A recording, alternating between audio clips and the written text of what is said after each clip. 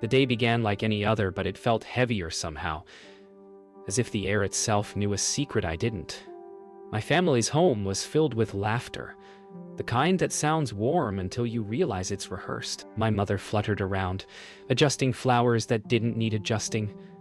My father was all smiles, proud of the son who was finally getting married. My brother stood by the window, swirling his drink, pretending to be happy for me. And then there was her.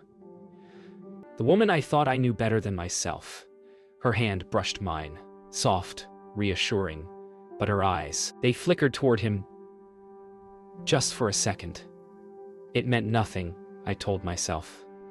We were all just nervous. Families are supposed to be messy, right? But as the evening light poured in through the blinds, painting everything in gold, I couldn't shake the feeling that something was already slipping away. Quietly, beautifully, like sunlight before dusk. That night, the laughter had faded into whispers. The dishes were cleaned, the lights dimmed, and the house carried that quiet hum that comes after celebration. The kind that makes every sound echo a little too loud. She stood by the balcony, her hair moving with the night breeze, while I watched her from the doorway, wondering why she seemed miles away even though she was only a few feet from me. When I asked if she was happy, she smiled, that soft, practiced smile that once calmed every doubt I had. But something in her voice cracked when she said, "Of course I am." It was faint, but I heard it, the kind of tremor that doesn't come from sadness but from guilt. I tried to pull her close, but her body felt tense, her hands cold. I told myself it was just nerves, that love would settle it all. But as her eyes wandered past me, toward the direction of my brother's window, I realized love wasn't the problem. Denial was. The next morning came with the smell of coffee and the sound of my father's radio playing some old jazz tune. Everything looked normal. Too normal. Claire was helping my mother in the kitchen, her laughter effortless now as if the night before had never happened. I caught myself watching her, searching for that flicker of unease I saw on the balcony, but she moved with practiced grace, like a woman who'd rehearsed this part all her life. My brother joined them, his voice loud, charming, confident. They laughed at something I didn't hear, and for the first time, I felt like an outsider in my own house. My mother's voice broke through the haze, calling me the lucky one, and everyone nodded, except Claire. She just smiled, but her eyes stayed down, fixed on the cup she was holding too tightly. Later that day, I took a drive. The kind you take when you're not trying to go anywhere, just away. The radio played songs I didn't recognize, and every lyric felt like a warning I was too stubborn to understand. I thought about her laugh, his smirk, my parents' oblivious smiles. Maybe it was just in my head, I told myself. Maybe love makes you paranoid. But as I stopped at a red light, I saw them. The two of them, walking out of a cafe I didn't know they'd been to. She was smiling, holding her phone, and he reached over to brush a strand of hair from her face. It was so casual, so familiar, like it wasn't their first time. I didn't honk. I didn't yell. I just watched, frozen, as the light turned green and they disappeared behind me. That was the moment I knew something sacred had already been broken. That night, I couldn't sleep. The house was quiet again, that heavy kind of quiet that seems to echo your thoughts back at you. I sat alone in the living room, staring at the engagement ring box on the coffee table. It was strange how something so small could carry so much weight. I kept hearing my parents' voices from earlier, talking about how perfect we looked together, how lucky our family was. I wondered what luck meant when love started to feel like a performance. Upstairs, a door creaked. His room.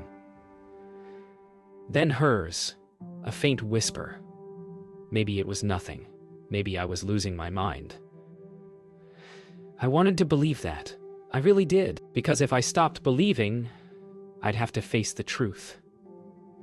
that everyone I loved was already slipping through my fingers, and I was the only one still pretending it was fine. The days that followed blurred into each other, all smiles and small talk. My parents were thrilled that the family was closer than ever, but closeness can be dangerous when it hides something sharp. Ryan started visiting more often, claiming he wanted to help with wedding plans. Claire didn't object.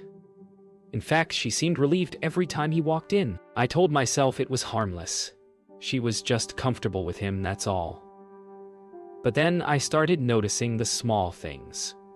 The way her laughter came easier when he was around. How their jokes had a rhythm, a private language. I'd walk into a room and the air would change. Silence falling too quickly. Eyes darting away. I wanted to confront it, but I didn't know what it was yet. So instead, I smiled through it, pretending not to notice that my family was slowly becoming a stage, and I was the fool, playing the wrong part. That evening, I found Claire sitting in the garden, her phone glowing faintly against her face. She didn't hear me at first. When I asked who she was talking to, she smiled. A soft, guilty kind of smile, and said it was my mother. The lie was smooth, almost tender. I wanted to believe it, but something inside me refused to settle. The garden smelled like wet soil and fading roses. And for the first time, her beauty felt cold to me, like a painting you suddenly realize is just pigment and illusion. She reached out to take my hand, and I almost pulled away. Her eyes searched mine, but there was a wall between us now. I didn't know it yet, but that was the night love began to die. Not with shouting, not with betrayal, but with silence. The next weekend, Ryan suggested we all have dinner together. Family bonding, he called it. I should have said no, but I didn't. We sat in a cozy little restaurant downtown, laughter echoing off the walls, candles flickering like they were mocking me. Claire sat between us, her hand resting too close to his, their knees almost brushing under the table. My father was talking about work, my mother about the guest list, and I just stared at their reflections in the wine glasses, distorted, overlapping, blurred. I told myself it was just me being paranoid, that love shouldn't come with suspicion. But deep down, I knew. Every time she looked at him, something inside me sank a little lower, like the light itself was abandoning me first. It was a Sunday afternoon when I found Ryan and Claire alone in the garage. She was sitting on the hood of my car, laughing. That unguarded kind of laugh that used to belong to me. When they saw me, everything stopped. Ryan brushed it off, joking about the wedding playlist they were planning. Claire avoided my eyes, saying she was just helping him pick songs. My parents called from the kitchen, their voices breaking the moment, but the silence that lingered afterward said everything words couldn't. It was in that silence I realized I wasn't losing her. I had already lost her. I just hadn't accepted it yet. That night, I sat on the porch alone, the cold air biting through my shirt. The house behind me was filled with voices, my parents talking, Ryan laughing, Claire's soft hum in the background. It used to be the sound of home. Now it felt like noise from another life. I thought about confronting them, about ending this before it broke me completely. But then I looked at the engagement ring again, the promise, the illusion, and I realized I was too afraid to lose what was already gone. Sometimes, love doesn't blind you. It chains you to a memory that no longer exists. I told myself tomorrow I'd talk to her. I didn't know tomorrow would be the day everything shattered. The house was alive with the sound of laughter again. That same hollow kind of joy that used to comfort me. My parents had decided to host a family dinner, to celebrate love and unity. I remember standing in front of the mirror, adjusting my tie, trying to look like a man whose world wasn't quietly falling apart. Claire moved through the room like light, graceful, composed, distant. Ryan arrived late, as usual, bringing charm that filled every silence I couldn't. I told myself it was just another evening, that maybe I was wrong, that maybe love could still fix this. But when she greeted him with a smile that reached her eyes, I realized I had been lying to myself for too long. Dinner began with toasts. My father spoke about family, my mother about loyalty, and Ryan about love. His words were too poetic, too deliberate. Everyone laughed, even Claire, though her smile trembled. When it was my turn to speak, I raised my glass but couldn't find words. The air felt heavy. My chest tightened as Ryan's hand brushed hers beneath the table. I saw it, clear as daylight.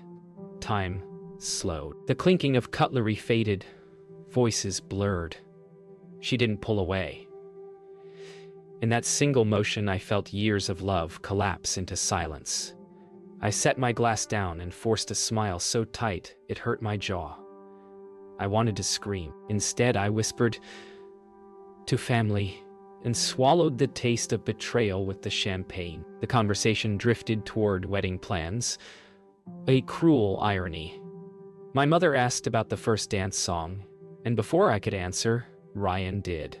"I was just telling Claire that one of our favorites would be perfect," he said. "Our favorites." The word cut through me like glass. Claire froze, eyes darting to mine, but Ryan didn't even flinch. I pushed my chair back, the sound sharp against the silence that followed. I didn't yell. I just stared at them both, searching for something human in their faces. There was none. Just comfort, just guilt wearing the mask of love. That was when I knew the truth didn't need to be spoken. It was already living in their eyes. It happened so fast I almost didn't hear it. Claire set her glass down and said quietly at first, "I can't do this." Everyone froze. My mother's smile faltered. My father leaned forward, his voice calm but sharp. "What do you mean?" And then she said it, the sentence that burned through everything I believed in. "I'm in love with Ryan." The room fell into silence so deep, it felt like the world had stopped breathing. My heart didn't break with noise. It broke with stillness. Ryan didn't deny it. He just took her hand. Right there, in front of me, in front of them all. My parents looked between us, searching for someone to blame, and then, unbelievably, they smiled at him. Approval. I remember standing up, my body trembling, my mouth dry. The only sound I heard was my pulse and her voice whispering, "I'm sorry." I don't remember leaving the table. One moment I was standing there, the next I was outside, the night air cutting through my chest like knives. Inside, their voices rose. My mother pleading, my father trying to make sense of it all, Ryan defending her. And Claire, crying. I stared up at the window, their silhouettes moving behind the curtains like ghosts, trapped in their own lies. For years, I had built my life around them, around the belief that love was something sacred. That night, I learned love could also be a weapon. I walked away from that house barefoot, the gravel biting into my feet, but I didn't stop. Because pain, for the first time, felt honest. The days after the dinner came in fragments. I don't remember sleeping. I don't remember eating. I just remember the silence. My phone rang endlessly. My mother, my father, even Ryan, all trying to justify what couldn't be justified. "Love is complicated," my mother said. "Try to understand." Understand? They wanted me to be grateful that they'd kept it in the family. I stopped answering. I stopped going to work. I'd stare at the walls until my eyes burned, wondering when my home became my prison. Every sound felt like a ghost. Her laugh, his footsteps, my parents' calm voices explaining betrayal like it was mercy. I realized something terrifying then. I wasn't just heartbroken. I was erased. One evening, my father showed up. He stood at my door, like nothing had happened. The same calm authority he'd used my whole life. He told me I needed to move on, that life isn't always fair. He said they had decided to support Ryan and Claire because they belong together. He actually said that. I just stared at him, searching for any trace of the man who once taught me about loyalty, about love. But all I saw was pride, the kind that masks guilt. When he left, he patted my shoulder and said, "You'll thank us one day." The door closed and I finally broke. Not from heartbreak, from realizing I'd never meant as much to them as the illusion of family peace. Weeks turned into months. The city didn't stop for me. It never does. I'd walk for hours just to feel something. Passing couples laughing, families shopping, lives moving forward, while mine stayed frozen in that one moment. I saw them once, Ryan and Claire, in a cafe. She looked different, lighter, like the weight she carried with me had lifted. He held her hand like she was a prize. I almost walked in. I almost asked her if it was worth it, trading love for betrayal. But I didn't. I turned away, because I realized something bitter and freeing. They didn't destroy me. They just showed me who they really were. Eventually, I packed my bags and left the city. No goodbyes, no explanations, just silence. I found a small apartment miles away, where no one knew my name. I worked odd jobs, saved what I could, and learned to be alone. At first, it felt like punishment. Every quiet night, every meal by myself. But slowly, it started feeling like peace. I stopped checking their social media, stopped waiting for apologies that would never come. There's a strange freedom in losing everything. Once you have nothing left to protect, you can finally start to live for yourself. Years passed. I built a new life from the ruins of the old one. Different city, different name on the door. Same heartbeat, but quieter now. I worked harder than I ever had, driven not by revenge, but by the need to prove I could exist without them. Success came slowly, then all at once. Promotions, respect, peace. I didn't need their approval anymore. I stopped thinking about them, or so I thought. Until one night, I got a message from an unknown number. Just 3 words: "We need you." And suddenly, all the silence I'd built came crashing down. 5 years can change a man in ways silence never could. I learned how to live with my ghosts, how to turn pain into discipline, loneliness into focus. I built a business from scratch, worked until the nights blended into mornings. And one day people started saying my name with respect. Funny thing is, the success didn't feel like victory. It felt like armor. I wasn't chasing happiness anymore. I was protecting peace. Every deal, every handshake, every quiet evening in my office reminded me that I'd survived the worst kind of heartbreak.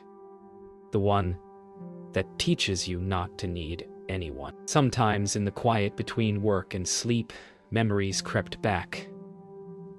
Not the loud ones, not the shouting, not the betrayal, but the small ones, the sound of her laugh, the way my brother used to call me E, the smell of my mother's perfume on Sundays.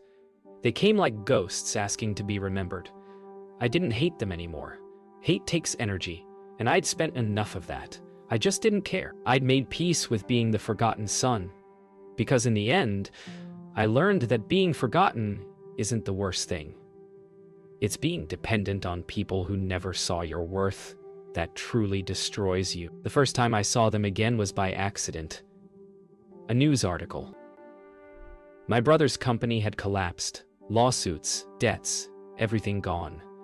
His pictures sat beneath headlines that mirrored his arrogance back at him. Claire was mentioned too. Something about their divorce filing. My parents' names appeared in a charity scandal. Money misplaced, reputations shattered. I stared at the screen for a long time, waiting to feel satisfaction, but all I felt was quiet. They'd built their happiness on my ruin, and now their castle was sinking into the same mud they buried me in. Karma didn't need my help. It just needed time. I told myself I wouldn't get involved, that I'd built my life far away from their chaos for a reason.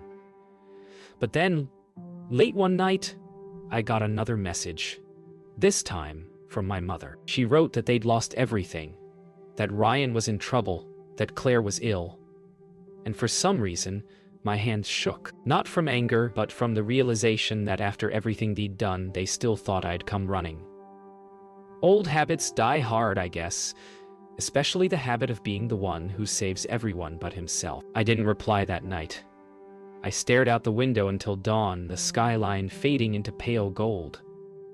Success had given me everything I once thought I wanted: stability, respect, distance. But it couldn't erase blood. Family doesn't disappear just because you turn away. It lingers like a scar, healed, but always visible. I didn't know if I wanted revenge or closure. Maybe both. Maybe neither. But I knew one thing. I wasn't the same man they betrayed. And if they were coming back into my life, it wouldn't be on their terms.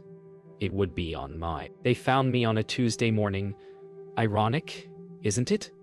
The same day she once left me.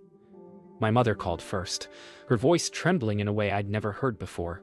"Ethan, please," she said. "Your brother needs help." I didn't answer right away. I just listened to the silence between her sobs, to the weight of her regret. She said Ryan had lost everything. The house, the cars, even his health. Claire was gone. My father was sick, and they didn't have the money to pay for his treatment. For years, they hadn't needed me. Now, they couldn't survive without me. I didn't say no. I didn't say yes. I just said, "I'll think about it," and hung up. For the first time, they were the ones waiting on me. When I finally agreed to meet them, I didn't choose our old home. I chose a quiet cafe. Neutral ground. I arrived early, not out of nerves, but curiosity. Would they look different? Would guilt change their faces? When they walked in, I almost didn't recognize them. My mother's elegance was replaced with exhaustion, my father's strength reduced to frailty. And Ryan, he looked like a ghost of himself. No arrogance, no confidence, just regret. They sat across from me, eyes downcast. For once, they didn't look like a family. They looked like survivors of a war they'd started. They tried to speak, excuses first, then apologies. My mother said they thought they were doing what was best. My father said he regretted how things happened. Ryan stayed quiet, his eyes fixed on the table. I let them talk. Every word felt like an echo of a time I barely remembered. When my mother reached out to touch my hand, I pulled away gently. "You made your choices," I said quietly. "And now you're living with them." She started crying. My father looked away. Ryan finally spoke, his voice barely above a whisper. "I don't deserve forgiveness. I looked at him for a long time." "No," I said, "you don't." And for once, I didn't feel cruel saying it. I just felt free. They asked for money. Not much at first, just enough to help with my father's treatment. I agreed on one condition. I wanted no contact afterward. No calls, no visits. Nothing. My mother nodded, ashamed but relieved. Ryan didn't look up.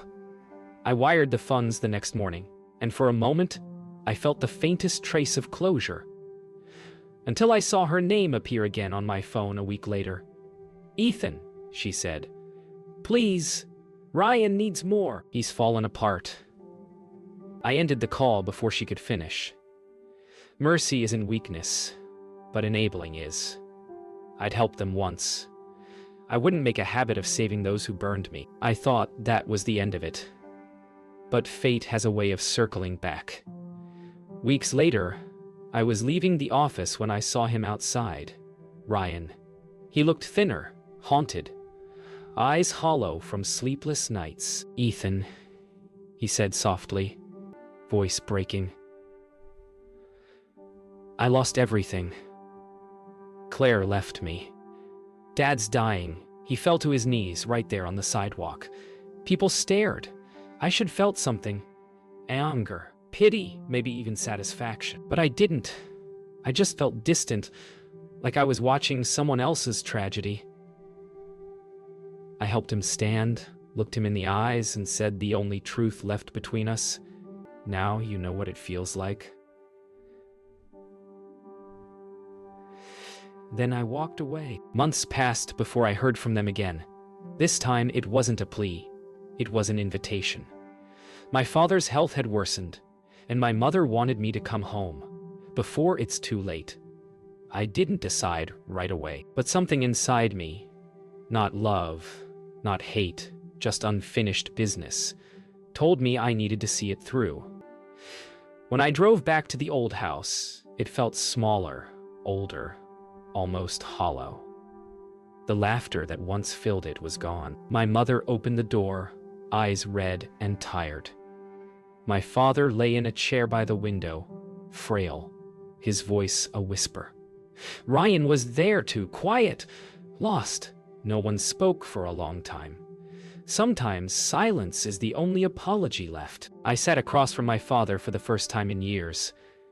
His voice cracked as he tried to speak, but the words came slowly. Each one weighted with regret. He said he'd been wrong.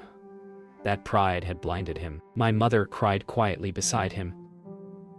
I wanted to tell him I forgave him, but forgiveness felt meaningless now. Some wounds don't close. They just stop bleeding.